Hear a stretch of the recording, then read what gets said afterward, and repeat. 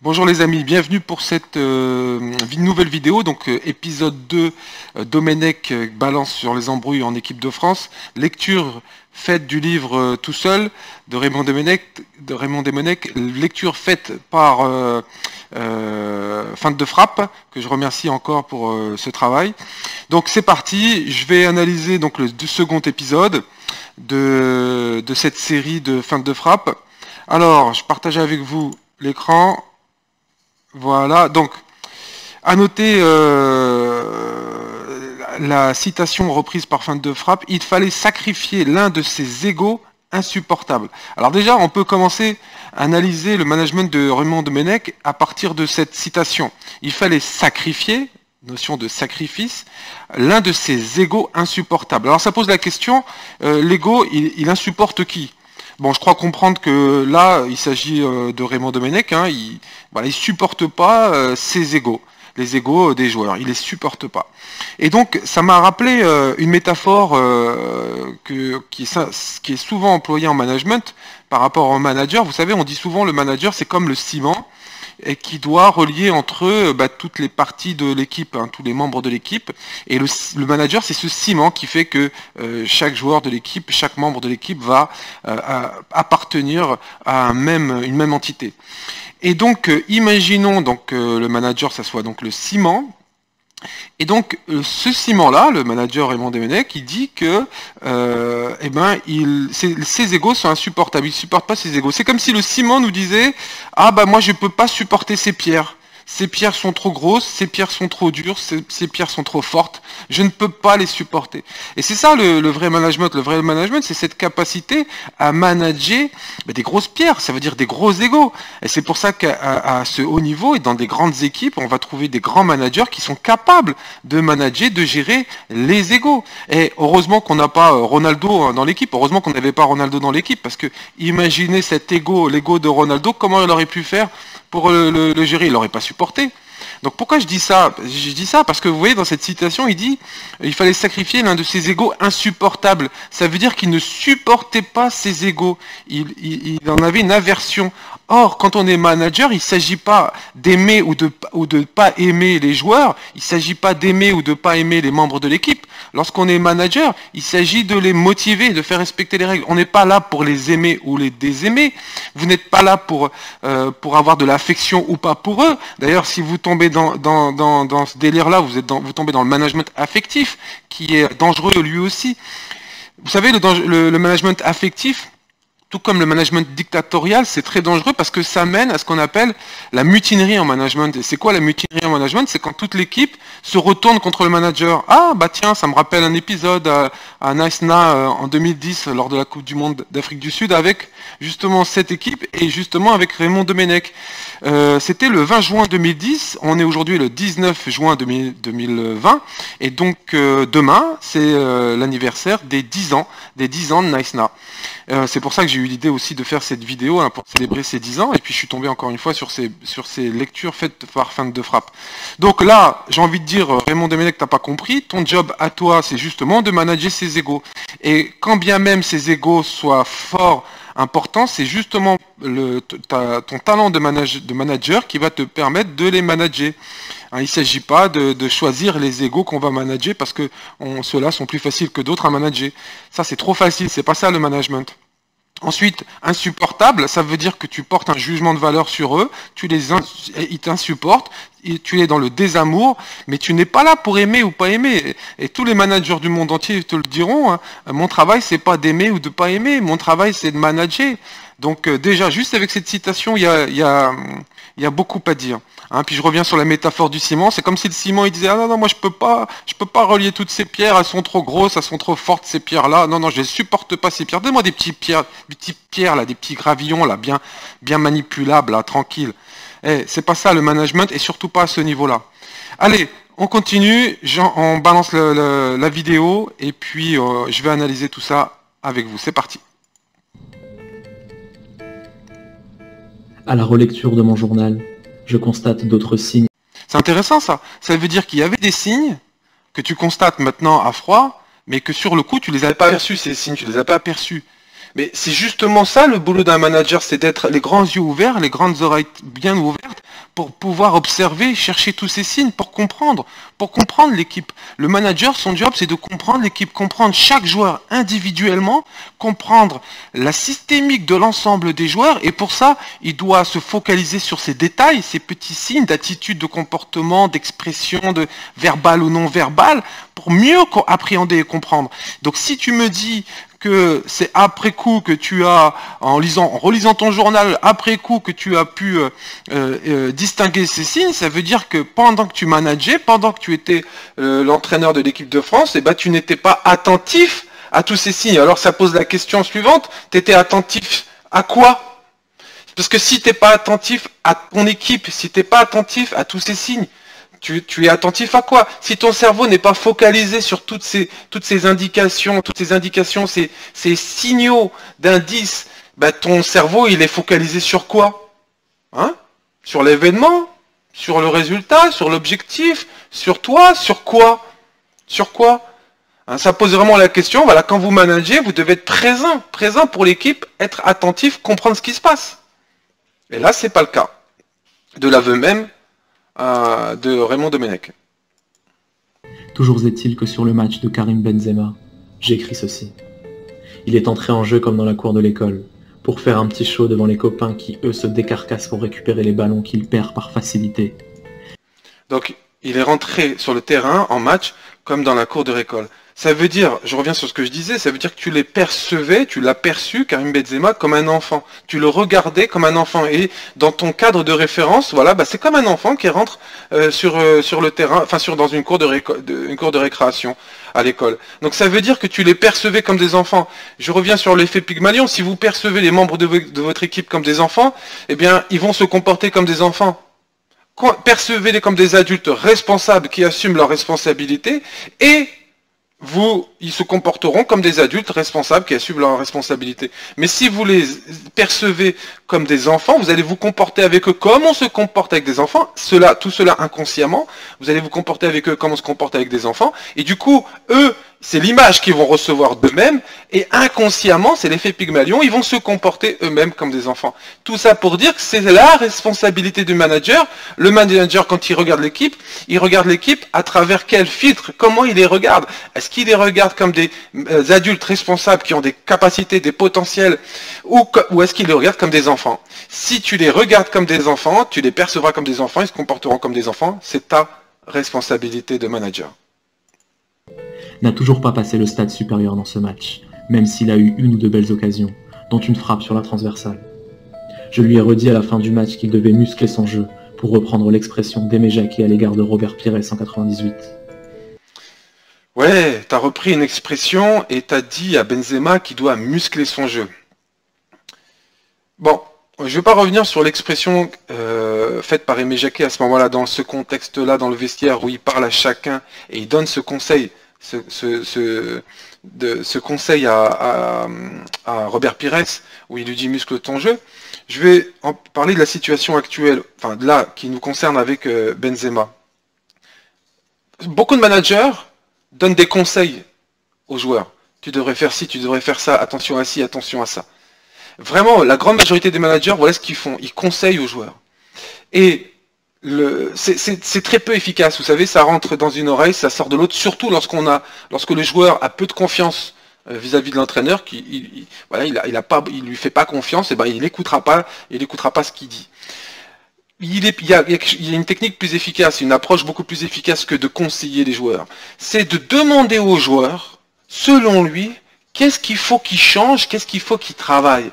Et là, le joueur va cogiter, va rentrer dans ce qu'on appelle un conflit intracognitif, va se poser cette question à lui-même. Vous pouvez l'aider en lui montrant une vidéo, une séquence vidéo bien choisie, et ensuite vous lui posez la question, voilà, qu'est-ce que tu dois changer, et si tu changes ça, qu'est-ce que ça va t'apporter, et quelles seront les conséquences pour toi, pour l'équipe, pour ton jeu, ainsi de suite. Et là, vous êtes en train de le manager, c'est ça le management. Le management, c'est aussi l'art de poser les bonnes questions. D'ailleurs, vous prenez à ce moment-là cette fameuse casquette qu'on appelle la casquette de manager coach. Mais dire à un joueur ce qu'il doit faire, ce qu'il doit changer, ce qu'il doit améliorer, ça ne fonctionne pas. Surtout s'il y a un déficit de confiance entre le joueur et le manager. Alors, si vous avez un jeune joueur, si vous avez un débutant, un tout débutant qui n'a aucune expérience, et que vous en avez beaucoup, eh bien, du fait de cette légitimité liée à votre expérience, il écoutera davantage vos conseils.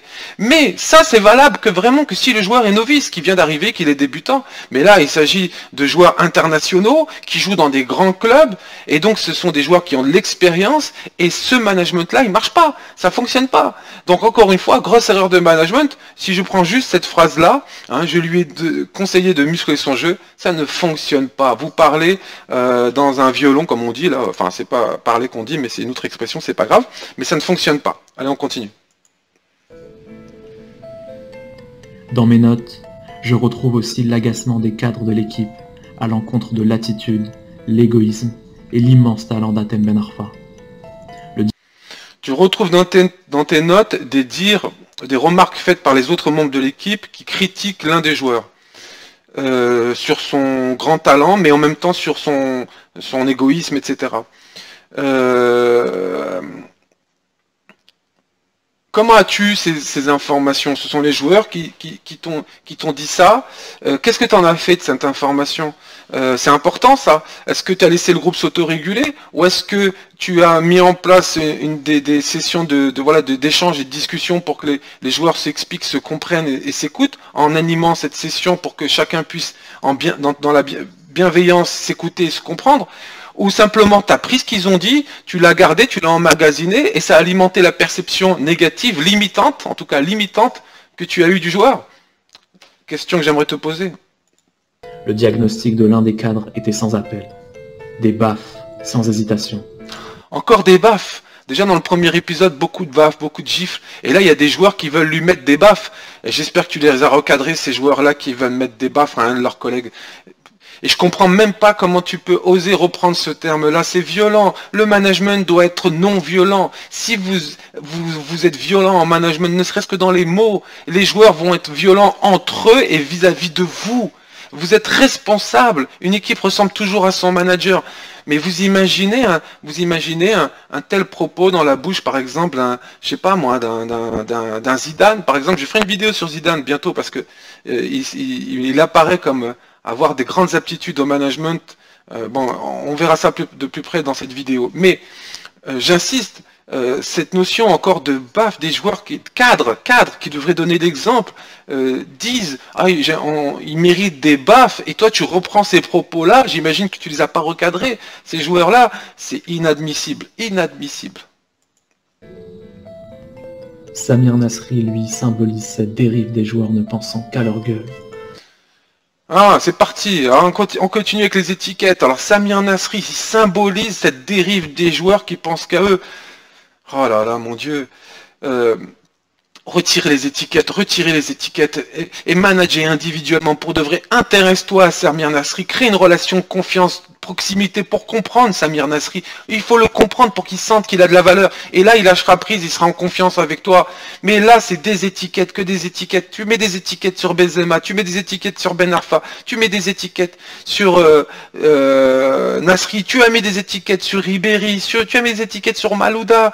Et sur d'autres joueurs, on le verra, arrêtez les managers avec les étiquettes, arrêtez de stigmatiser les membres de vos équipes, cherchez à les comprendre, faites des one-to-one, des entretiens, comprenez-les, questionnez-les, écoutez beaucoup. Un manager, il écoute beaucoup, il questionne beaucoup pour comprendre le joueur, même mieux que lui se comprend. C'est ça le job. Et surtout, il faut arrêter avec ce jugement. Si vous êtes manager, vous devez être dans le non-jugement, Si vous voulez que les membres de votre équipe expriment tout leur talent, se sentent en confiance pour se réaliser et s'épanouir et exprimer tout ce qu'il y a de bon en eux, vous devez vous observer, regarder, chercher tout ce qu'il y a de bon en eux. Mais ces étiquettes que vous leur mettez, ce sont des étiquettes qui vous limitent, et qui va limiter la perception que vous avez d'eux. Et donc vous comprenez la responsabilité du manager. Si tu perçois les joueurs comme étant, comme là, dans le cas de Nasri, comme symbolisant une dérive égoïste, il va se comporter ainsi, mais ça sera de ta responsabilité managériale. Les managers sont comme des miroirs, les joueurs se regardent dedans. quelle image me renvoie mon coach, mon manager. Et s'il me renvoie une image limitante, négative, ça va influencer l'image que j'ai de moi-même. Et ça va donc influencer mon attitude, mon comportement, mes actions, mes décisions, etc.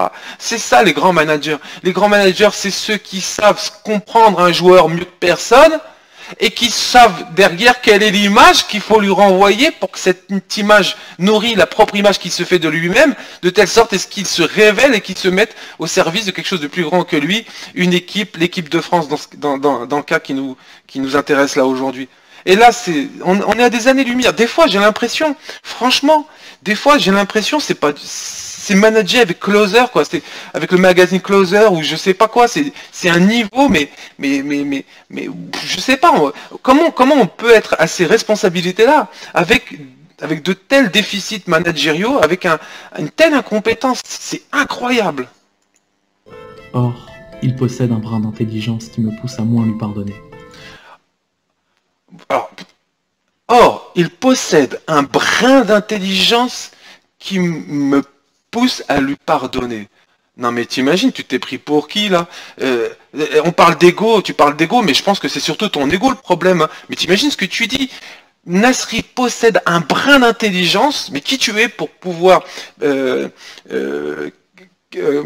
qualifier l'intelligence de Nasri, ainsi un brin d'intelligence, et c'est parce que j'ai perçu chez lui, moi, fort de toutes les intelligences du monde, j'ai perçu chez lui ce brin d'intelligence, que du coup, il a le droit à mon pardon, mais tu t'es pris pour un roi, tu t'es pris pour un empereur au XVe siècle, mais qu'est-ce que c'est que ça? Qu'est-ce que c'est que ça? Tous les joueurs, tous les êtres humains de la planète et tous les joueurs de football ou de basketball, on s'en fout, tous les individus ont une et des intelligences très développées. Beaucoup plus qu'eux-mêmes ne le croient. Et le rôle du manager, c'est justement de leur faire révéler tout ça.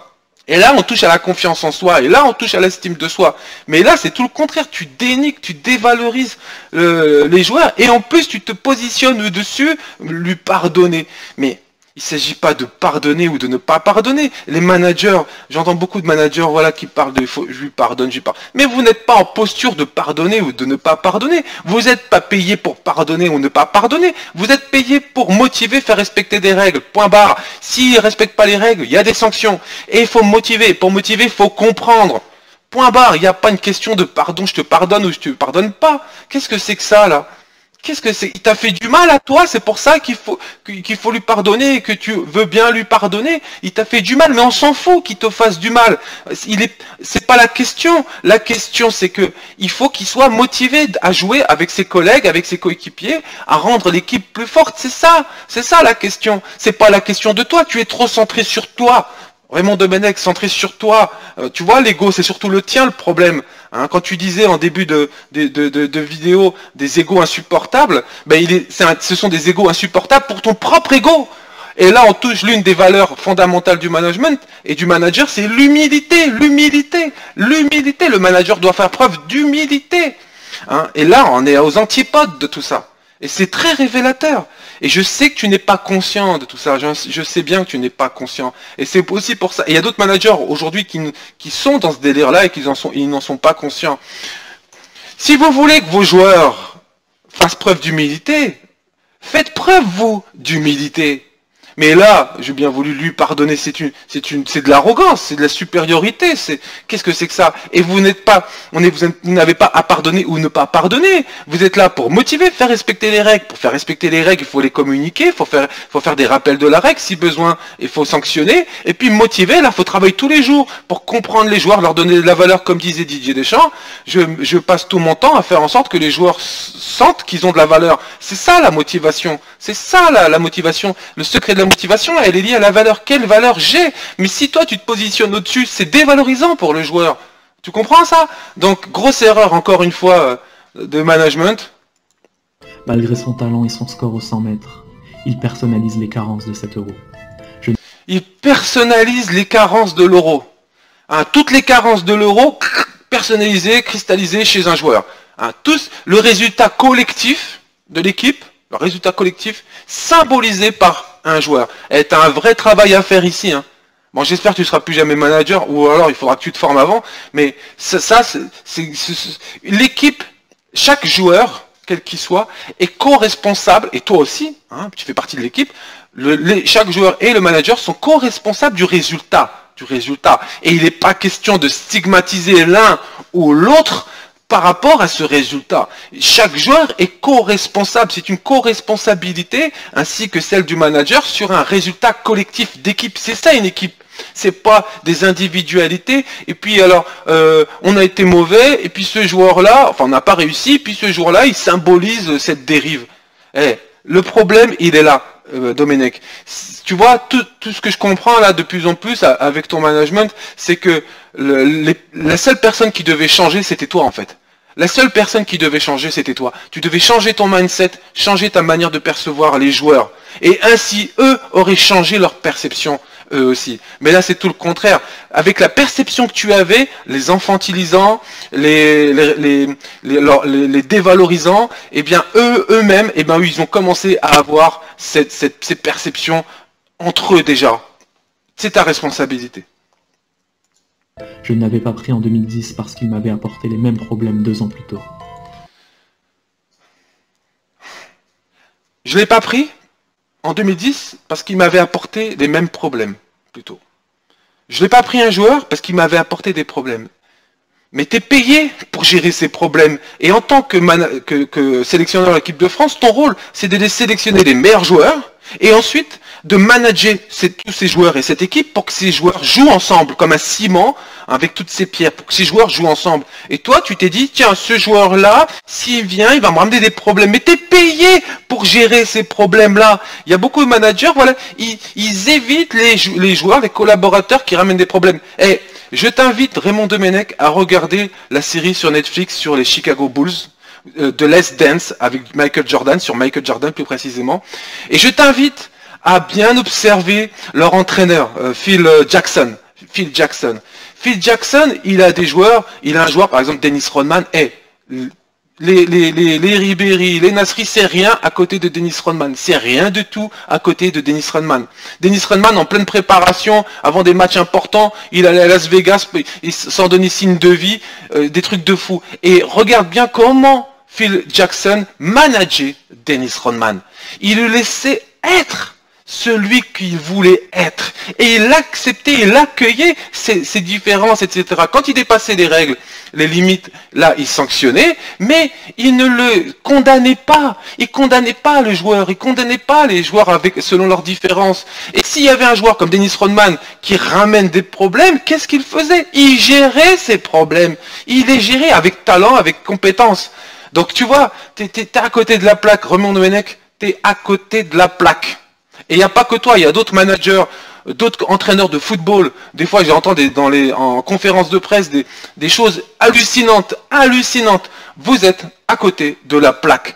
Votre rôle, c'est de manager l'équipe, les meilleurs joueurs possibles, vous les prenez, et vous devez faire en sorte qu'ils bossent pour vous, et qu'ils bossent pour l'équipe, quelque chose de plus grand qu'eux, et qu'ils soient motivés. C'est votre rôle, c'est votre boulot. Et s'il y en a un, il a des problèmes à la Nasri ou j'en sais rien, ton travail à toi, et c'est là qu'on va voir ton talent de manager, c'est comment tu vas gérer ces problèmes. Mais toi, t'en veux pas des problèmes. Oh, il m'avait ramené trop de problèmes. Oh là là les gars, là j'ai trop de problèmes à gérer, j'ai trop de taf, j'ai trop de boulot. Donc je préfère ne pas le prendre. Tiens, je vais prendre quelqu'un qui ramène pas de problème, quelqu'un de lisse. Lisse, il a pas de problème. Tu sais pourquoi il a pas de problème? Parce qu'il a pas de talent, parce qu'il a pas d'attitude de conviction. Les joueurs qui ont ces problèmes, comme tu dis, c'est parce qu'ils ont tellement de talent qu'ils ont des convictions, leur talent, leur stratégie de jeu inconsciente, elles sont basées sur des croyances, des convictions fortes. Et donc ils veulent les imposer comme ils imposent leur jeu sur le terrain. Ils veulent les imposer parce qu'ils y croient fondamentalement. Et toi, tu veux pas de ça quand ça rentre pas dans ta perception à toi. Mais t'as pas compris le rôle du manager. Le rôle du manager, il doit s'intéresser aux perceptions des joueurs, mettre en valeur les perceptions des joueurs pour que les joueurs s'intéressent à la perception du manager, à son plan de jeu, etc. pour qu'il y ait un mariage. C'est ça le management. Et là, c'était encore une fois à côté de la plaque. Au sein d'un groupe, il vient toujours appuyer là où ça fait mal.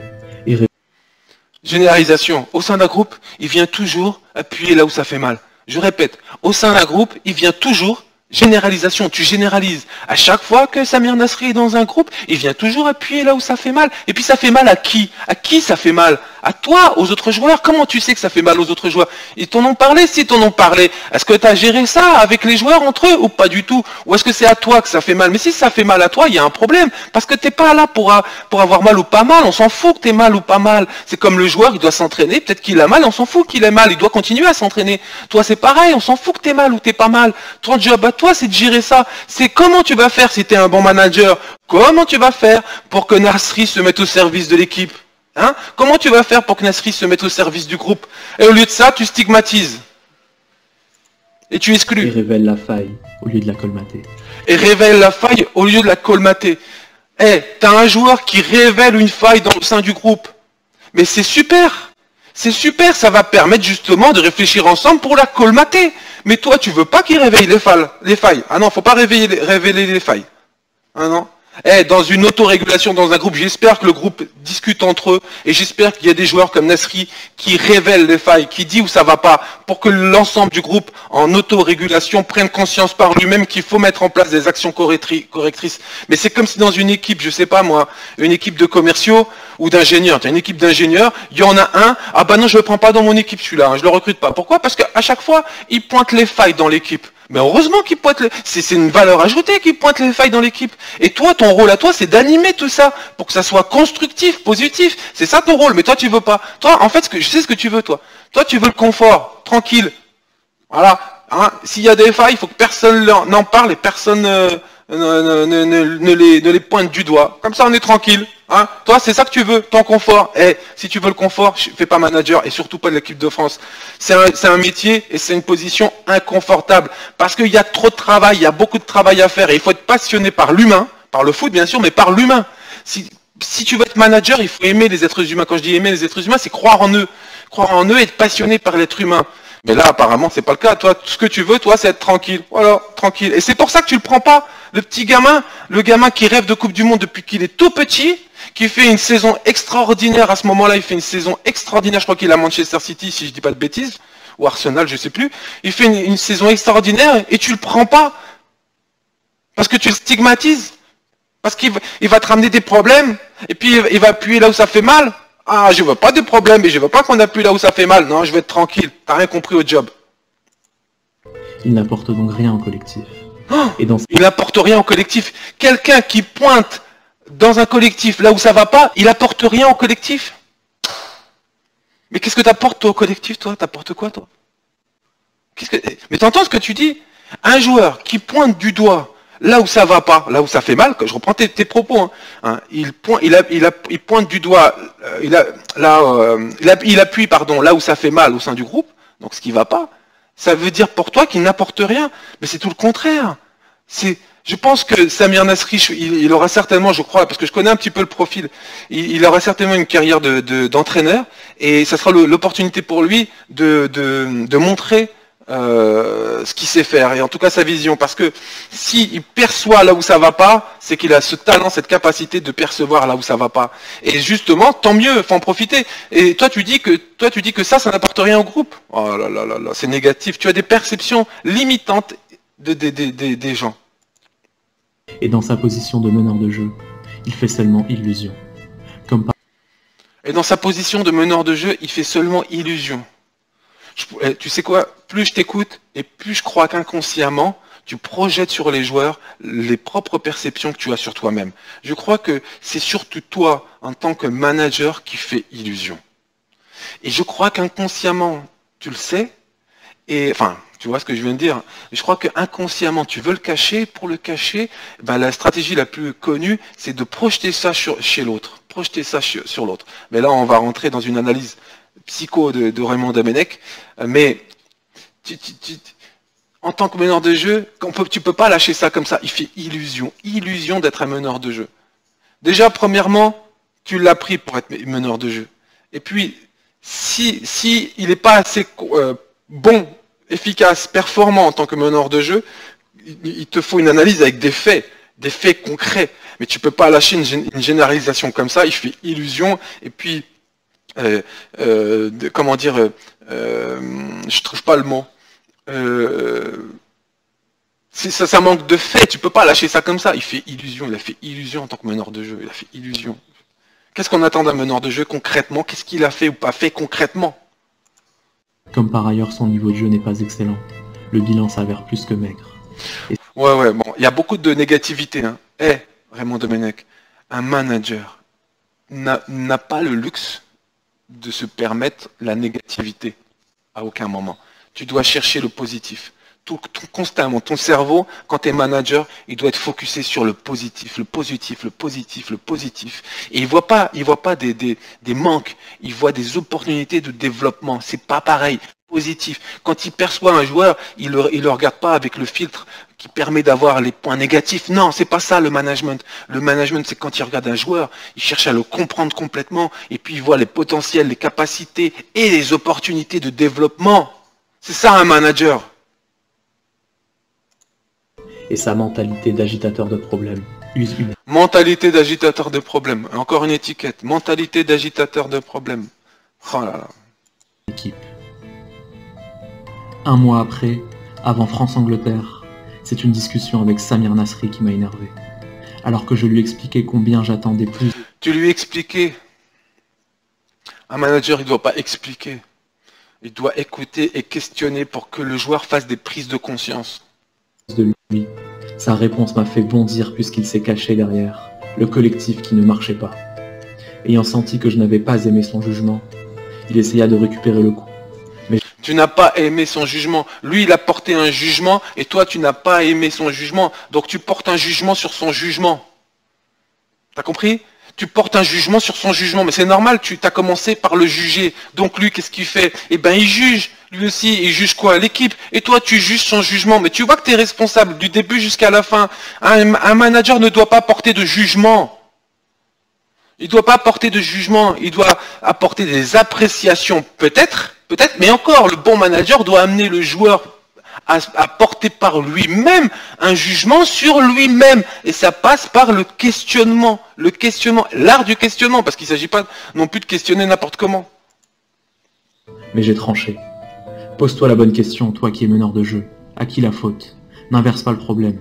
De toute façon, ton statut ne te le permet pas. Non.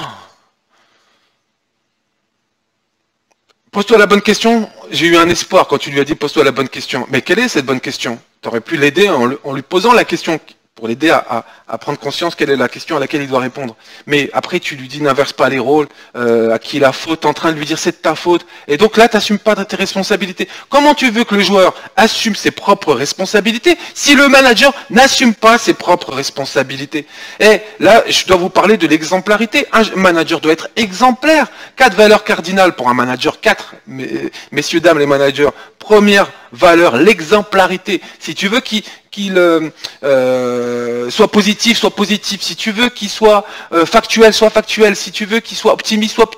Si tu veux qu'il soit à l'écoute, soit à l'écoute. Si tu veux qu'il te comprenne, comprends-le. Exemple. Deuxième valeur, la remise en question. Si tu veux qu'il se remette en question, remets-toi en question. Si tu veux que les joueurs se remettent en question, remets-toi en question. C'est Gandhi qui dit, soit le changement que tu veux voir dans le monde. Je répète, soit le changement que tu veux voir dans le monde. Si tu veux que tes joueurs se remettent en question, remets-toi en question, ils se remettront en question. Mais toi, non, tu le stigmatises et tu attends qu'ils se remettent en question. Mais non, il va faire comme toi. Hein? Bah, c'est ça. Il va aussi te stigmatiser. Bah voilà. C'est ça s'appelle la synchronisation. Le joueur va ressembler à son manager. Tu stigmatises le joueur va stigmatiser le manager ou le jeu ou l'équipe. Donc je répète les 4 valeurs. Exemplarité, remise en question, équité et humilité. Voilà les 4 valeurs, on en a parlé tout à l'heure. Donc les 4 valeurs, exemplarité, humilité, remise en question, équité. Et là, on est à côté de la plaque sur toutes ces valeurs-là. Tu joues comme un grand-père. Tu joues comme un grand-père. Et tu lui as dit ça. Mon Dieu. Mais tu crois que tu parles à qui?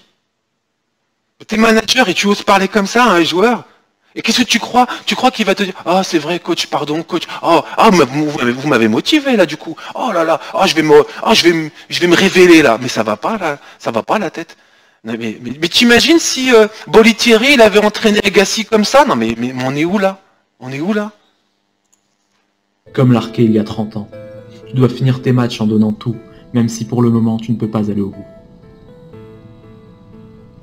Le 29 mai, Patrick Vieira est venu me voir pour me dire que Ribéry se plaignait de jouer à droite.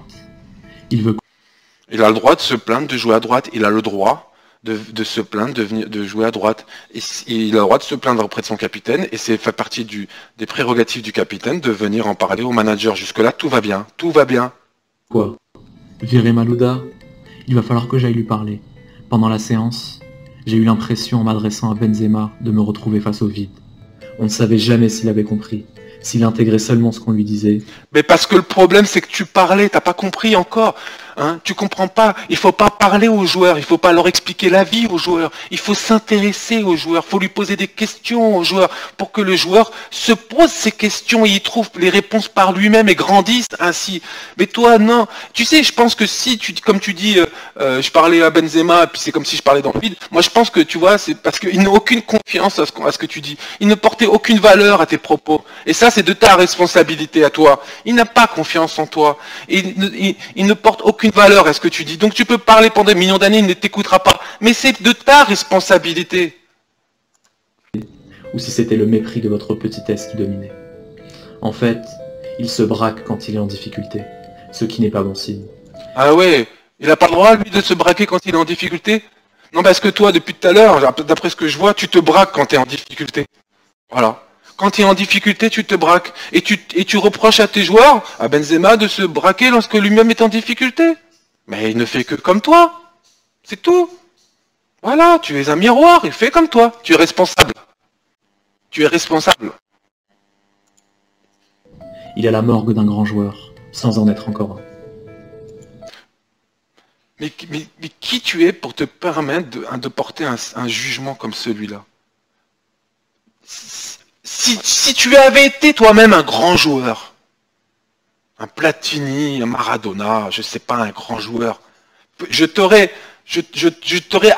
accordé ce jugement.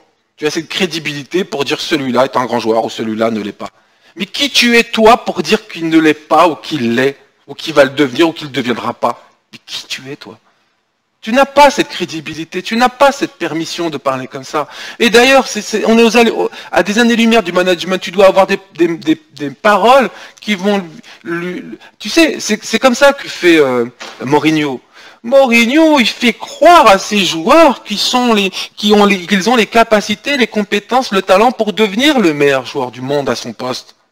Il va falloir travailler pour ça, mais il leur donne cette perspective-là. Toi, tu leur retires ces perspectives et après, tu leur reproches leur attitude, leur comportement. Tu es responsable. 2 jours plus tard, avant un difficile France-Paraguay à Toulouse, premier match de préparation, j'ai essayé d'interpeller les joueurs en évoquant leur investissement dans la compétition. Je ne vous sens pas encore complètement dans l'euro, leur déclarai-je. Je ne vous sens pas encore négatif. Tu leur as dit ça? Donc tu as donc eu un discours négatif auprès d'eux. Et tu attends que du coup ça apporte des résultats positifs? Avoir un discours négatif n'apporte jamais de résultats positifs. Jamais. Les seules fois où ça peut arriver, ça va arriver comme ça par pic d'orgueil, mais après ça va redescendre.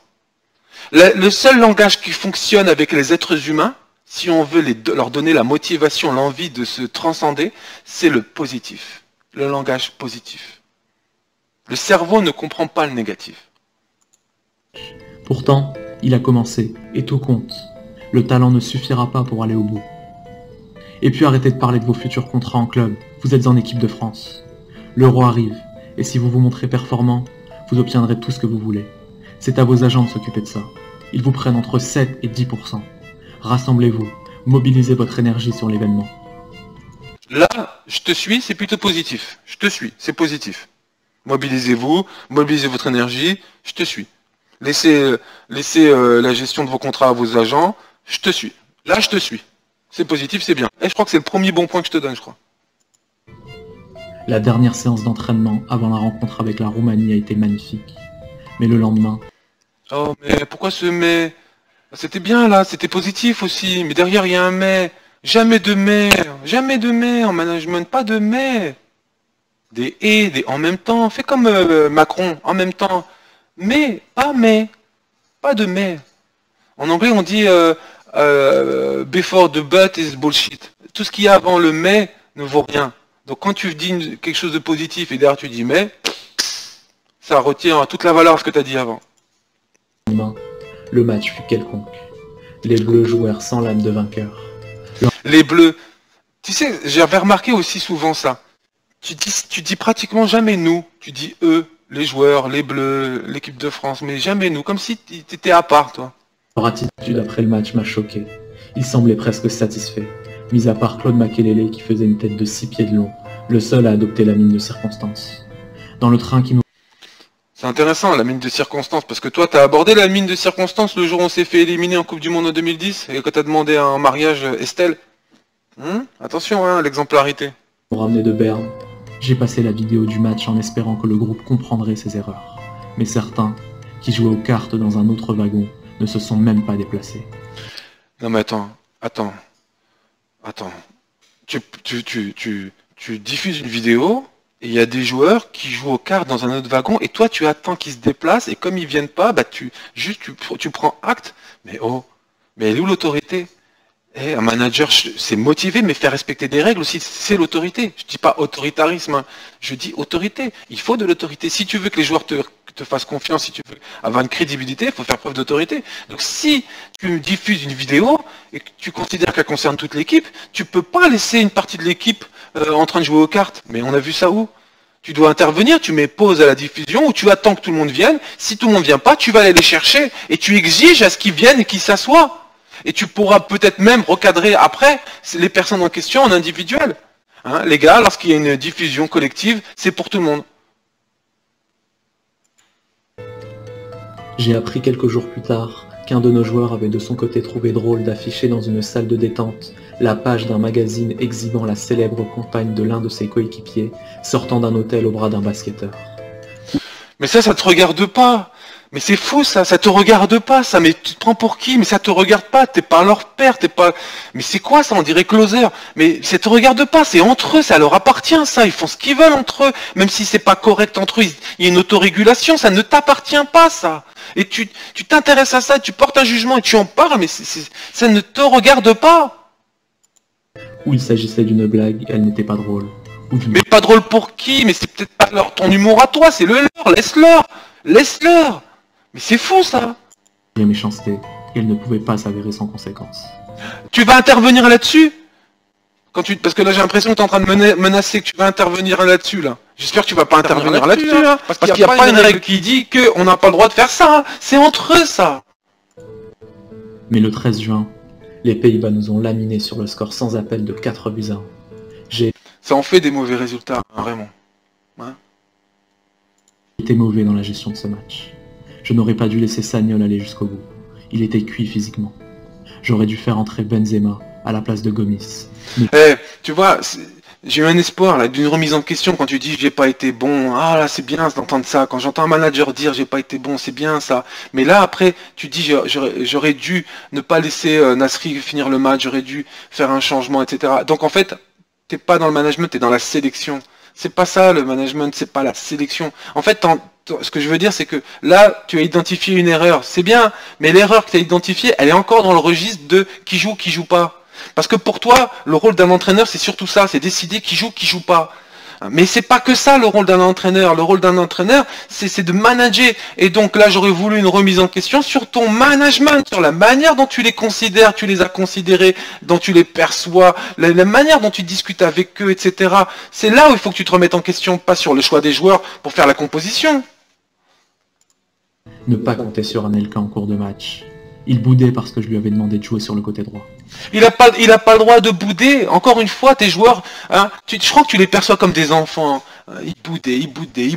Ribéry, il a boudé. Malouda, il a boudé. Nasri, il a boudé. Et là, Anelka, il a boudé. Ils ont pas le droit de bouder, mais ils ont le droit de bouder. Le joueur, il joue avec l'équipe de France. Il est numéro 9, il est attaquant de pointe. Il rêve que de se réaliser. Il rêve que de bien jouer, d'être bon. Il le veut. Mais là, pour ça, il doit être dans les meilleures conditions. Et et son entraîneur le met à droite ou le met à gauche, lui il considère dans sa perception que c'est pas la meilleure position pour lui, et même peut-être considère que c'est pas la meilleure position pour l'équipe. Mais il a le droit, et il a le droit d'être triste, il a le droit de bouder, c'est pas une faute ça, il a le droit, et toi tu supportes pas ça, tu supportes pas qu'il boude. J'aurais dû sortir Malouda au bout de 20 minutes, au lieu de le sortir en seconde période. Oh, là encore, là. J'ai l'impression que tu règles tes comptes, là. Franchement, ça commence à dépasser même les limites, ça commence à dépasser, tu sais, les simples erreurs de management. Ça commence à devenir, tu sais, un règlement de compte. Comme si tu leur en veux, t'avais de la haine contre eux, et tu balances tout sur eux, comme ça, là, j'aurais dû le retirer au bout de 20 minutes. Tu sais quelles sont les conséquences lorsque tu retires un joueur au bout de 20 minutes seulement? Mais déjà, c'est toi qui as décidé de le mettre titulaire, c'est toi qui l'as sélectionné, c'est toi qui l'as mis titulaire, et tu veux le retirer au bout de 20 minutes. Mais parce qu'il se donne pas à fond, mais pourquoi il se donne pas à fond? Parce qu'il est pas motivé. Pourquoi il est pas motivé? Parce que tu fais pas ton travail. Donc remets-toi en question. Au moment où il faisait surface. J'ai été mauvais sur toute la ligne en faisant de la gestion humaine et non sportive. Ben, j'ai été mauvais sur toute la ligne en faisant de la gestion humaine et pas sportive. Déjà, ton travail, c'est pas de faire de la gestion humaine. Ton travail, c'est de manager des êtres humains, ça n'a rien à voir. Motiver, faire respecter des règles. Mais toi, t'as pas fait ça. T'as fait de la gestion humaine. Qu'est-ce que c'est que la gestion humaine? Je sais pas ce que t'as fait. Parce que si c'est être négatif, critiquer, dévaloriser les joueurs, si t'appelles ça faire de la gestion humaine, bah dis donc. Je sais même plus quoi dire. Mais Bafé Gomis était dévoré par le stress et la pression des autres. Je l'ai plaint durant le stage lorsque certains le chambraient sans relâche sur sa morphologie et son profil de joueur plus physique que technique. Donc t'as des joueurs qui se moquent de lui, et toi tu laisses faire. D'après ce que je comprends, t'as laissé faire. Ils se sont moqués de lui par rapport à sa morphologie, et toi, t'as laissé faire. Du coup, tu vois que lui, il est stressé, il n'est pas en confiance à cause de ça. T'es responsable. T'aurais dû intervenir et recadrer les joueurs. Il n'est pas question qu'un membre ou des membres de l'équipe se moquent de la morphologie de l'un des autres joueurs. Tu es garant de ça. C'est toi le responsable. C'est toi qui dois faire respecter des règles et des valeurs. Et tu es garant de ça. Et comme t'es pas intervenu, les joueurs ont continué. Et comme les joueurs ont continué, et ça a affecté le joueur. Et le joueur s'est senti stressé et n'a pas donné le meilleur de lui-même. C'est ta responsabilité. Arrête d'accuser les joueurs de te positionner en victime. C'est ta responsabilité. Au retour, dans le bus, je me suis attaché à les orienter sur le match de l'Italie. Mais j'ai compris dans les regards ceux qui adhéraient et ceux qui freinaient, notamment certains jeunes. D'ailleurs, tard ce soir-là, un joueur cadre m'a confié être effaré par le manque de conviction et de détermination de nos offensifs, surtout les cadets. Ils vont nous faire une Nico, c'était sa phrase. Entre eux, faire une Nico revenait à passer à côté d'une carrière, comme Nicolas Anelka. Dans le vestiaire, à l'issue du match face à l'Italie, Lilian Thuram, qui n'avait pas joué, éclata en larmes tandis que les autres demeuraient de marbre. J'ai quand même tenu à les féliciter, essentiellement pour leur courage. Mais Claude Makelele m'a glissé. Ils n'iront pas loin. Ce sont des inconscients. Ils ne voient pas la chance qu'ils ont. Lilian Thuram m'a souhaité bonne chance pour continuer avec cette bande de branques. Willy Sagnol est venu me remercier pour tout ce que nous avions vécu, ce qui m'a ému. Malgré quelques orages entre nous, il fait partie des joueurs avec lesquels j'ai toujours entretenu une relation amicale. Relation amicale, t'es pas là pour avoir une relation amicale avec les joueurs, déjà.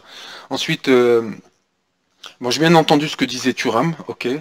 Mais il faut pas que ça t'affecte toi en tant que manager. C'est justement ton rôle à toi de faire en sorte que ces jeunes prennent conscience de l'opportunité qu'ils ont et du travail qu'ils doivent effectuer, etc. C'est ça le travail. En fait, je pense que vu les joueurs qu'il y avait dans le groupe, tu n'étais pas le manager qu'il fallait. Il fallait un manager capable à la fois d'éduquer les jeunes et à la fois de responsabiliser les cadres. Et je pense que tu as infantilisé tout le monde. Comme si nous appartenions à la même génération. Quelques mois plus tard, lors du match face à la Roumanie, nous avons été vraiment bons. Thierry Henry premier. Mais Franck Ribéry et Karim Benzema entrèrent en cours de partie en traînant les pieds, le soir même où l'équipe jouait son avenir, et je ne risquais pas de l'accepter. À chaud, les remarques de mon journal trahissent ma colère et mon indignation. Ribéry, ce qu'il a fait est une honte. Il ne veut pas jouer côté droit, et le montre. Il erre sur le terrain, engueule les autres, et fait la gueule. Bon, alors, t'es en colère, parce que t'as un joueur qui boude, et qui veut pas se donner à fond, donc qui est pas motivé. Pour tous les managers du monde entier, manager c'est deux choses, motiver, faire respecter les règles. Ok? Si un joueur n'est pas motivé, c'est votre responsabilité. Vous ne pouvez pas vous mettre en colère parce qu'il n'est pas motivé. Vous devez chercher à le motiver, chercher à actionner les leviers motivationnels qui le touchent lui, personnalisés, qui le touchent pour le motiver. S'il ne respecte pas une règle, et surtout une règle importante, là vous avez le droit d'être en colère. Et encore, il va falloir gérer cette colère. On parle d'intelligence émotionnelle, la capacité à gérer ses émotions et celles des autres. Parce qu'il va falloir recadrer la personne sans agressivité. Donc, la colère, l'émotion colère, déception, ok, pour le pilier autorité par rapport à un non-respect des règles. Mais par rapport à la motivation, vous ne pouvez pas. En étant démotivé, il n'a pas enfreint une règle ou une valeur. Il n'y a pas une valeur qui dit qu'il faut être motivé. Ton travail à toi justement, et c'est là qu'on va voir tes compétences, tes qualités managériales, c'est de faire en sorte qu'il soit motivé à jouer à droite, alors qu'il, un peu comme un Mourinho qui a su motiver un Eto'o à jouer arrière gauche ou arrière droit, je sais plus. Comment tu vas faire pour que Ribéry soit motivé à jouer à droite? C'est ça ton job. Et s'il ne l'est pas, c'est que tu l'as mal fait ton job. On mélange tout. Alors, un joueur peut insulter un autre joueur, se moquer de lui par rapport à sa morphologie, ça, c'est pas grave, hein, on se met pas en colère, on dit rien. Par contre, un joueur qui n'est pas motivé à jouer à droite parce qu'il a l'habitude de jouer à gauche, ça te met en colère. T'as rien compris. Parce que le reste du staff insistait, et parce que je suis un peu con, j'ai été obligé de changer d'organisation et de le remettre à gauche. Mais il n'a pas été mieux à gauche. Il s'est mis sur la même ligne que les deux attaquants. Heureusement que nous avons deux monstres au milieu de terrain, Jérémy Toulalan et Lassana Diarra.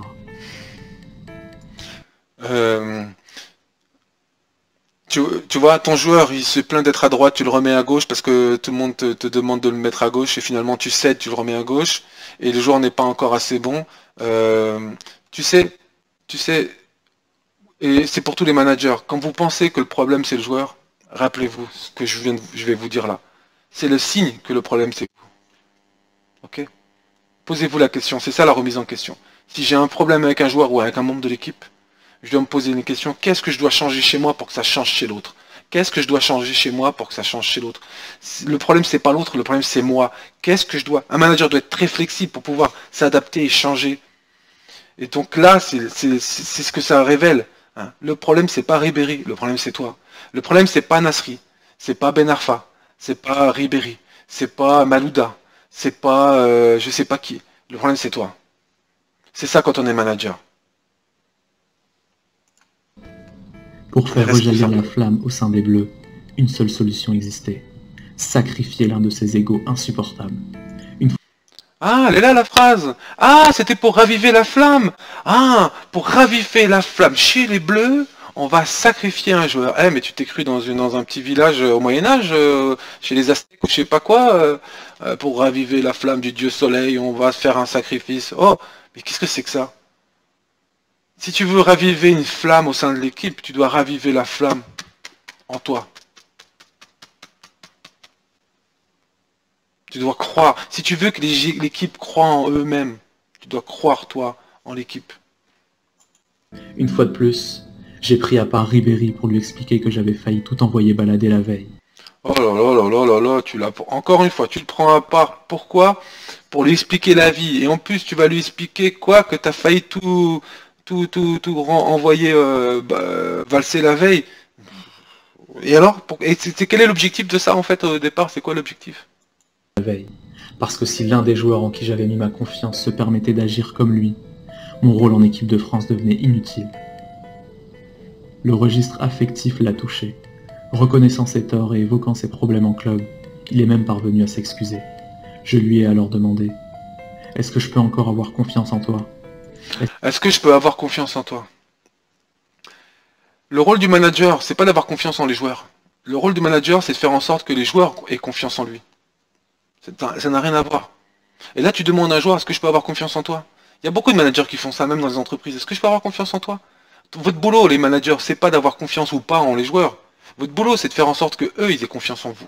S'ils ont confiance en vous, ils vont vous écouter, ils vont vous comprendre, ils vont adhérer à votre philosophie, à votre objectif, à votre vision, parce qu'ils ont confiance en vous. Vous devez travailler dur pour que les membres de l'équipe aient confiance en vous. Et ainsi, ils auront confiance en eux. Il ne s'agit pas à ce que toi, tu aies confiance ou pas. Tiens, toi, est-ce que je peux avoir confiance ou pas? Parce que je doute, je doute. Eh ben, tu sais quoi, il va faire comme toi. Ah bon, et moi aussi, je doute. Est-ce que je peux faire confiance ou pas? Non, parce que comme toi, tu doutes. Bah moi aussi, hein, je me synchronise, hein, c'est ça l'être humain. Bah moi aussi, je doute. Est-ce que si je te fais entrer à droite à Belgrade, je peux compter sur toi? Il a répondu par l'affirmative. Bah oui, là, tu prends l'affect, il va accepter, mais pour accepter, les probabilités pour qu'il s'épanouisse et qu'il révèle tout son potentiel et qu'il s'adapte à cette position à droite, les probabilités sont très faibles. Il est malheureux de jouer à droite. Comme souvent. Mais les jours suivants, il repartit dans des délires où je n'eus aucune envie de le suivre, renversant le problème, oubliant son attitude et me reprochant mes propos. Bah oui, te reproche tes propos, bah oui. Parce que toi tu fais des reproches, bah lui aussi il va te faire des reproches, t'es responsable. Il a par exemple lancé à des membres du staff qu'ils ne joueraient pas en Serbie et qu'ils ne viendraient pas la prochaine fois. Le match nul à Belgrade nous envoyait malgré... Quand les joueurs du staff t'ont dit ça, est-ce que t'as convoqué Ribéry pour confirmer les propos? Je crois pas. Et si tu l'avais fait, j'espère que tu l'aurais sanctionné pour ça. Parce qu'un joueur qui menace de telle sorte, comme ça, il faut le sanctionner, hein. Tout de suite. Hein. Si un joueur te dit oh, puisque c'est comme ça, je viendrai pas, je jouerai pas, est-ce que c'est vrai que tu as dit ces propos-là? Oui. Eh bien, comme tu les as dit, tu vas les assumer, tu es suspendu. Voilà. C'est ça le management. Et malgré tout en barrage. Et si Henry comme Anelka avait livré un grand match dans des conditions extrêmes pour des attaquants, le problème Ribéry demeurait entier. Dans le vestiaire, quand j'ai voulu le remercier comme les autres, il m'a envoyé paître en retirant son bras. Bah oui, il te respecte pas, je pense. Comme tu le valorises pas, il te valorise pas. Voilà, t'es responsable. Dis donc, t'en as des problèmes, hein. Problème Ben Arfa, problème Benzema, problème Ribéry, problème Malouda, problème... Beaucoup de problèmes, hein. Le problème, c'est les autres, c'est ça. Le problème, c'est les autres. Quand t'es manager, le problème, c'est toi. Qu'est-ce que tu dois changer chez toi pour que ça change chez les joueurs? C'est ça, manager. T'es au service des joueurs. Le manager, il est au service des joueurs. C'est pas les joueurs qui sont au service du manager. Ne me touchez pas. J'ai conservé mon sang-froid parce que c'était mon rôle et parce que Pierre Mankowski, mon adjoint, m'a retenu. Tout Ribéry qu'il était, je l'aurais volontiers accroché au plafond. Encore de la violence. Encore de la violence. Dis donc, beaucoup de violence, hein. Les gifles, les baffles. Quelques semaines plus tard, j'ai rencontré Franck Ribéry à Munich le 15 février avec Alain Bogossian. On a évoqué sa situation au club. Il veut partir. Il ne veut que le Real ou Barcelone. Il rêve. Pour jouer à la place de qui? Il rêve. Et tu dis ça, tu sais, sur un ton... oh là là, il rêve, jamais il jouera. Mais tu te prends pour qui? Au contraire, faut accompagner les rêves des joueurs. Faut accompagner les rêves des joueurs. Il faut accompagner les rêves des joueurs. Si vous voulez qu'ils accompagnent vos rêves, vous devez accompagner leurs rêves. Et toi, carrément, tu te prends pour qui, là? Tu rêves. Tu rêves. À la place de qui tu veux jouer? Tu rêves. Mon Dieu. Mais avec cette mentalité, on n'aurait jamais gagné de Coupe du Monde. Jamais. Jamais. Je l'ai regardé partir. Il est comme un chien battu. Il n'a plus de joie, plus d'envie. Et tu lui reproches. J'ai regardé partir. Il n'avait plus de jus, plus d'envie. On aurait dit un chien battu. Voilà. Donc tu as un de tes joueurs à la fin de l'entretien qui est complètement démotivé et tu le lui reproches. Putain, mais c'est fou ça. En entretien de remotivation, vous savez, en formation, on apprend les managers à calibrer. Calibrer, c'est observer. Et il faut absolument qu'à l'issue de l'entretien de remotivation, ou de l'entretien tout court, il faut qu'on perçoive chez le collaborateur des signes qui nous indiquent qu'il est plus motivé qu'en rentrant en entretien. Et ça sera le signe que l'entretien est réussi. Voilà. Et là, c'est tout le contraire. On a des signes qui indiquent qu'il est plus démotivé qu'en début d'entretien. Et du fait de cet entretien avec toi. Eh putain, mais en fait, t'es pas un manager, toi. T'es le contraire du manager. T'es celui qui fout la merde, quoi. Hein, est-ce que vous voulez que je démotive les joueurs. Ouais, 2, bah nommez-moi sélectionneur. Est-ce que vous voulez qu'ils fassent une grève et qu'ils refusent de s'entraîner? Ouais. Est-ce que vous voulez qu'ils s'insultent et qu'ils m'insultent et qu'ils s'embrouillent entre eux? Ouais, mais sélectionnez-moi, vous aurez tout ça. D'envie. Finalement, je suis sorti totalement dépité. J'ai dit à Alain Bogossian qu'on était venu pour rien. On est venu pour rien. Eh, mais t'es à côté de la plaque, toi. Tout cela n'avait servi à rien. Ça a servi à rien. Tout ce que j'ai fait, ça a servi à rien. C'est à cause de lui si ça a servi à rien. Voilà. Mais parce que ce que t'as fait, c'est mal fait, bon, point barre. T'imagines, tu donnes une fourchette à un maçon et tu lui dis, bah vas-y, construis un mur. Tu t'y prends mal. Voilà pourquoi ça marche pas. Ah, j'ai perdu, on en était où? Je pense qu'on en était là. Qu'est-ce que par là? Plus d'envie. Finalement, je suis sorti totalement dépité. J'ai dit à Alain Bogossian qu'on était venu pour rien, que tout cela n'avait servi à rien. Lors d'un entraînement à Clairefontaine, il me fallut encore une fois gérer les états d'âme de Franck Ribéry. Pendant la séance, je l'ai pris à part et lui ai répété qu'il ne serait bon ni pour lui, ni pour l'équipe de jouer à gauche. Comme toujours, Tu dévalorises trop. il a répondu « Oui coach, pas de problème », mais ses yeux trahissaient le contraire. Bah oui, t'as dit ça juste un peu pour se débarrasser de toi, il est dépité, il doit être malheureux. Un de tes joueurs est malheureux, à cause de ton management qu'il est malheureux. Dans la soirée, des membres du staff ont entendu la conversation téléphonique qu'il a eue avec son agent Jean-Pierre Bernès. Oh, mais ça vous regarde pas, ça? J'espère que t'as recadré les membres du staff, hein. Et en plus, ils te l'ont rapporté. Qu'est-ce que c'est que ça? Ça pue le faillotage, ça, hein. J'espère que tu as recadré les membres du staff, hein. Vous n'avez pas écouté ce genre de conversation. Elles sont personnelles, elles regardent que le joueur. J'espère, hein. Ribéry lui affirmait qu'il refusait de jouer contre l'Espagne s'il se trouvait à droite, qu'il avait sa fierté et qu'il n'irait pas à la Coupe du Monde. Ah, donc en fait, toi, carrément, tu les as pas recadrés, tu as repris leurs propos et tu y as cru, en plus, hein. Tu leur donnes de la valeur à ces propos-là. Donc les commérages, tu prends, toi, les commérages. On a le droit d'écouter les conversations. Ouais, et puis il faut te le rapporter, c'est bien. Qu'est-ce que c'est que ça? À ceux qui lui rappelaient qu'il avait occupé ce poste durant toute la Coupe du Monde 2006, il rétorquait « Je m'en fous, l'année prochaine je jouerai au Real Madrid ou à Chelsea. » Impossible de reproduire ici la totalité de ce que j'ai noté sur lui, mais sachez que malade de prétention fut l'une de mes formules les plus sympathiques. Malade de prétention. Il n'a pas le droit d'être prétentieux. Il n'a pas le droit de bouder parce qu'il est à droite et pas à gauche. Il a pas le droit de rêver de jouer au Real, au Barça ou à Chelsea. Il n'a pas le droit. Mais on est où là?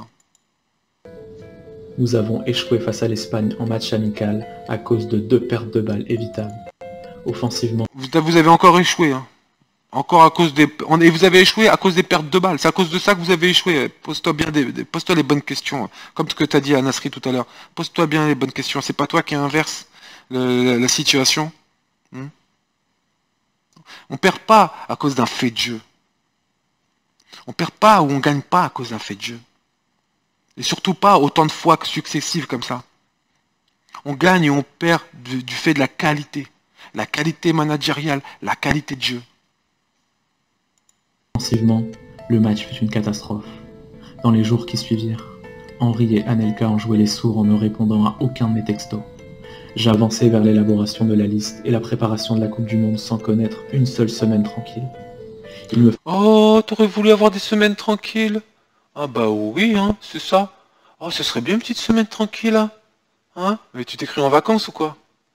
Il a fallu prendre en compte les problèmes relationnels, comme la fâcherie entre Ribéry et Nasri, ou la jalousie teintée de haine du même Ribéry envers Gourcuff. Ça te regarde pas tant que c'est pas devant toi sur le terrain ou dans en causerie. Ça te regarde pas, c'est entre eux. Si tu as des signaux qui te montrent qu'ils s'entendent pas, là tu dois intervenir pour faire un entretien de médiation, un entretien triangulaire de médiation. C'est comme ça qu'on gère les conflits. Mais toi tu fais rien, toi. Toi tu fais que critiquer, accuser, condamner, juger, condamner. Et ses relations difficiles avec Malouda. Mais s'il y avait bien ce que je redoutais d'avance, la remise en cause par l'extérieur de mes choix, de ma communication et de mes compétences jusqu'à la Coupe du Monde, comment aurais-je pu envisager devoir un jour affronter un scandale judiciaire, l'affaire Zaya? Or, en ce printemps 2010, quand a éclaté cette histoire, je n'ai pas su être le bouclier des internationaux impliqués. Tel était pourtant mon rôle. Dans la soirée... Peut-être. Peut-être que c'était ton rôle d'être le bouclier. Peut-être. Peut-être. Mais je pense... Peut-être. Peut-être. Peut-être. Dans la soirée du 16 avril 2010, un texto m'a annoncé la tempête.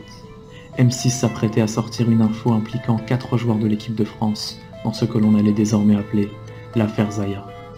Leur nom serait vite jeté en pâture pour détourner l'attention, alors que toutes sortes de personnalités médiatiques, artistiques et politiques figuraient dans le dossier. À long terme, le décalage entre le buzz médiatique et l'issue de l'enquête démontrera aux yeux des moins aveugles la volonté de nuire à l'équipe de France à l'approche de la Coupe du Monde. Ouais, dans ce cas-là, oui, je te suis. Ton rôle était de faire le bouclier et de protéger l'équipe. Tel est du moins mon sentiment. Je ne nie pas que certains joueurs incriminés se soient réellement mis dans de bien sales draps à cause de conduites inconséquentes. Mais force est de constater que l'histoire sortait à point nommé pour nous ébranler. Ceci dit, j'avais mis... Ouais, moi j'aurais conseillé à ce moment-là, tu vois, d'en profiter, quoi. Lorsqu'il arrive comme ça, ça peut arriver, hein, des choses comme ça, des choses qui menacent l'équipe ou des joueurs de l'équipe, des choses négatives comme celle-ci, comme l'affaire Zaya, il faut l'utiliser. Il faut l'utiliser pour en le transformant en quelque chose de motivant et de positif pour l'équipe. C'est la seule manière de réussir, c'est voilà, ça arrive, et puis c'est un peu comme sur un bateau, lorsqu'il y a une tempête, faut s'accrocher. Faut s'accrocher, et c'est aussi le rôle du manager d'amener l'équipe et les joueurs à s'accrocher et patienter, faire le dos rond jusqu'à ce que la tempête passe, et essayer d'utiliser ce négatif pour que ça alimente. Ça me rappelle encore une fois Jordan, c'est comme ça qu'il se motivait, hein, lui. Il cherchait comme ça, voilà, les choses négatives qui vont de l'extérieur qui vont lui donner ce coup de boost. J'avais mis en garde les joueurs contre ce type de danger, ne me plaçant pas sur le terrain moral, mais évoquant les éventuelles conséquences pour leur vie, leur carrière et l'équipe de France. Leur vie et leur carrière, c'est pas ton rôle. T'es pas un conseiller, ton rôle c'est l'équipe de France, point barre. Leur vie, leur carrière, c'est pas ton rôle. T'es pas leur père, t'es pas leur grand frère, t'es pas un conseiller, non. Ton rôle, c'est l'équipe de France, point barre. La Coupe du Monde, l'équipe de France, c'est tout. Toujours est-il que, très vite, les attaques se sont concentrées sur Franck Ribéry. Celui qui était capable pour faire rigoler les copains de se mettre au volant d'un car dans la cour du Bayern et d'arracher tout un côté de la carrosserie contre un arbre parce qu'il ne savait pas tourner, était aussi capable donc de ne pas réfléchir une seconde au meilleur moyen de protéger sa vie privée. Tout le monde peut commettre des erreurs. T'es pas à juger. En plein ouragan Zaya, j'ai essayé du mieux possible de protéger l'équipe de France afin qu'elle soit la plus performante possible lors de la Coupe du Monde. Okay. Car se posait la question de la sélection de Ribéry. L'agent de Franck, Jean-Pierre Bernès, très inquiet, m'appela à ce sujet alors qu'il se rendait à Munich. Il voulait que je rassure Franck, ce que j'avais déjà fait par texto. J'ai donc recommencé par téléphone. En l'écoutant, je compris que le footballeur était totalement dépassé par les événements. Il me fallut le remobiliser pour sa demi-finale de Ligue des Champions du lendemain face à Lyon. Oh, t'es pas son coach. Ça te regarde pas, la demi-finale avec le Bayern face à Lyon, ça te regarde pas, ça. Je pense que tu as un management affectif et des fois tu te positionnais en grand frère ou en père et donc tu tombes dans l'affect et dans le jugement. Je lui ai même proposé de venir s'isoler en Bretagne, dans ma maison. Oh oui, tu peux venir à la maison si tu veux, mon petit chéri. Si ça va pas, tu viens. Oui, tu viens t'isoler, viens. Oui, tu vas. Viens, tu vas te reposer. Comme ça, tu vas penser à autre chose. Le joueur est adulte et responsable. Si c'est foutu dans la merde, il doit assumer tout ça. Vous devez les considérer comme des adultes responsables et pas essayer de les protéger comme ça. Donc c'est pour ça, tout à l'heure je disais, ouais, si c'est pour protéger l'équipe, d'accord, par rapport à la Coupe du Monde, l'équipe de France, d'accord, protéger les joueurs par rapport à ça, d'accord, mais le reste, pour leur carrière, leur vie personnelle, etc., ça ne te regarde pas. Là, tu dépasses tes prérogatives. Mais contre Lyon, il s'est fait expulser, confirmant son malaise. Il ne souriait plus, subissait le scandale de plein fouet. Comment le faire redevenir un joueur de haut niveau un mois plus tard, quand viendrait l'heure de la préparation à la Coupe du Monde? C'est pas ton travail d'en faire un joueur de haut niveau. Ton travail, c'est si tu considères qu'il a le niveau du haut niveau, tu le sélectionnes et ensuite tu le manages pour qu'il donne tout lors lors des rassemblements avec l'équipe de France. C'est ça ton rôle. C'est pas de t'occuper des joueurs en dehors des prérogatives de l'équipe de France. C'est pas leur agent. 3 jours plus tard, je lui ai envoyé un nouveau texto. Le sort s'acharne, mais ce profil le renouveau. Tu dois travailler pour. Je me suis demandé si le message servirait à quelque chose. Bonne question. La fameuse Zaya, de son côté, m'a adressé une lettre, en imaginant sans doute que j'allais la diffuser. Comme je ne l'ai pas fait, elle a fini par s'en charger elle-même. Elle s'y excusait, tout en cherchant à dédouaner tout le monde. Mais la mise en scène ne changeait rien au problème. Le mal était fait. Quel mal? Par qui? Bon, les gars, encore une fois, merci. Fin de frappe. Grâce à toi, on a pu analyser les propos de Raymond Domenech et avoir une perception, une analyse sur son management. Je rappelle 4 valeurs fondamentales quand vous êtes manager. Exemplarité, remise en question, équité, humilité. Là, on n'y est pas du tout. Vous devez motiver, faire respecter des règles. Si quelqu'un n'est pas motivé, il ne faut pas s'en prendre à lui, il ne faut pas le condamner ou j'en sais rien. Au contraire, vous devez le motiver, c'est votre travail. Cherchez les leviers de motivation qui vont avoir un impact sur sa motivation à lui. Pour ça, il faut donner de la valeur à ce qu'il y a de la valeur pour lui. Rappelez-vous la synchronisation, les joueurs, l'équipe se ressemble au manager, donc posez-vous la question, comment je dois me comporter? Si vous êtes négatif, ils seront négatifs. Si vous êtes positif, ils seront positifs. Si vous êtes dans le jugement, ils jugeront. Si vous critiquez, ils critiqueront. Si vous victimisez, ils se victimiseront. Si vous accusez, ils accuseront. Donc vous devez vous remettre en question, ils se remettront en question. C'est tout un travail, c'est toute une posture. Vous devez croire en les joueurs, croire en eux. Arrêtez, enlevez les étiquettes, enlevez les étiquettes. Et si vous avez un problème avec un joueur, c'est que vous avez un problème. C'est vous le problème. Voilà. Et je reviens sur Nasri. Mais si vous avez un joueur qui appuie là où ça fait mal, il repère là où ça va pas, mais tant mieux. Tant mieux. Tant mieux si ça vient du groupe. Tant mieux. C'est une grosse valeur. Et il apporte beaucoup ainsi au groupe. Bref, tout ça pour vous dire, je pense que nous sommes dirigés, en tout cas l'équipe de France a été dirigée pendant plusieurs années, parce qu'il ça a commencé, Domenech, ça a commencé bien avant 2006, par des incompétents, voilà. Donc posez-vous les bonnes questions, qui est responsable de ça? Demain c'est l'anniversaire, les 10 ans de Naïsna. Posez-vous les bonnes questions, qui est responsable? Moi je vais vous dire qui est responsable. Le manager, c'est le premier responsable. C'est parce que c'est son boulot. Son boulot, c'est d'être responsable. Voilà. Ensuite, deuxième responsable, la personne au-dessus de lui. C'est comme dans une entreprise, c'est le N+1, le N+2. La personne au-dessus de lui qui est responsable. Okay, c'est eux qui sont responsables. Ça veut pas dire que les joueurs n'ont pas leur responsabilité. Leurs joueurs aussi sont co-responsables. Mais la grande responsabilité de base, elle est sur la ligne managériale. Et c'est trop facile, lorsqu'on est manager, de dire que si on n'y est pas arrivé ou si on a une catastrophe au niveau des résultats, que c'est à cause d'un membre ou des membres de l'équipe. Parce que justement votre rôle c'est de faire en sorte que ça se passe bien, c'est de faire en sorte que vous performiez. Donc les managers comme ça, c'est pas des managers. Les bons managers, ils vont dire on n'a pas réussi et c'est de ma faute. Cette année, en 2019, saison 2019-2020 en France, il y a l'entraîneur de l'Olympique de Marseille, André Villas-Boas, qui a souvent dit, lorsqu'il perdait, que c'était à cause de lui, qu'il assumait la responsabilité. C'est ça le management. C'est ça le management. Le reste, c'est pas du management. Donc je suis désolé, Raymond Domenech. Au niveau du management, comme sur les notes de l'équipe, tu sais combien je te mets, là, d'après tout ce que j'ai pu entendre. Et je te mets pas 0 parce que tu as pris conscience qu'il fallait être un bouclier par rapport à l'équipe de France et l'affaire Zaya, ça je te le concède. Tu as commencé à te remettre en question sur les choix des joueurs, mais j'aurais aimé que tu fasses des remises en question sur ton management. Donc tu sais que je te mets un ou deux par, sur 10. Voilà. Je pense que je te mets 2. 2 sur 10. Non, pas 2 sur 10, parce que c'est l'équipe de France. Je te mets 1 sur 10. Je referai une autre vidéo sur le coup de boule de Zidane, parce que là aussi, tu as ta responsabilité sur le coup de boule de Zidane en 2006. Allez, les gars, j'espère que ça vous a aidé pour mieux comprendre le management et mieux comprendre le football.